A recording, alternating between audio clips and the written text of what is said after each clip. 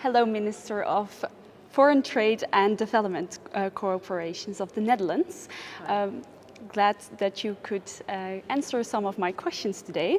One of the first questions is, why is the Climate Adaptation Summit important for you as a Minister of Foreign Trade and Development Corporations of the Netherlands? It's important to me as an individual, as a human being, but of course it's also important when you look at global stability and the need to drive an agenda of change to not only mitigate climate change, but also enable countries to adapt to climate change. And you are hosting one of the sessions. And why are you hosting this session on Africa and adaptation?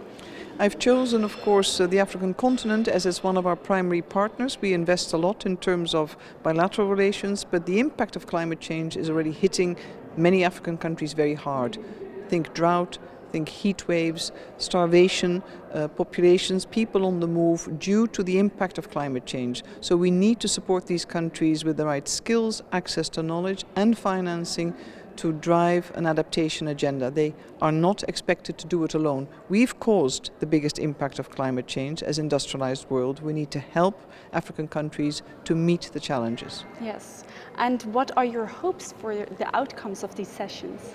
Threefold: a renewed and heightened political commitment, a clear agenda of action whereby adaptation is a key priority, because even if we stop CO2 emissions today, climate change is happening, so countries need to be assisted in order to support their citizens. And thirdly, of course, financing.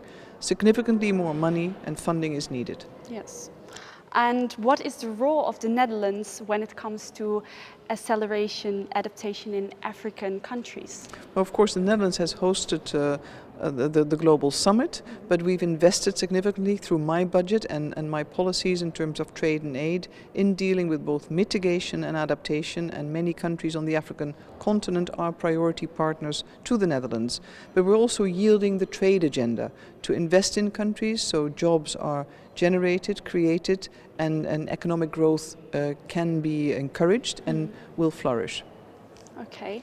And what inspiring examples of adaptation action are you looking for in the session of Africa? Where there's the Green Wall initiative, the Rwandan Green Fund, there are many practical examples, and I hope that these showcase to viewers what can be done and where it can be done with limited means but a big impact on local populations. The Mali example of the herding communities with their access to satellite photos to find out where there's water, where there's foraging opportunities for their cattle, all these are great stories to tell, and it transcends our location. Okay, and the last question, are you adapting to the climate change in your personal life? I'm trying to, also held to account by my own children, who are all young students. I'm trying to sort of green my very small garden, my patio. I've potted plants. I'm trying to green it to the extent possible.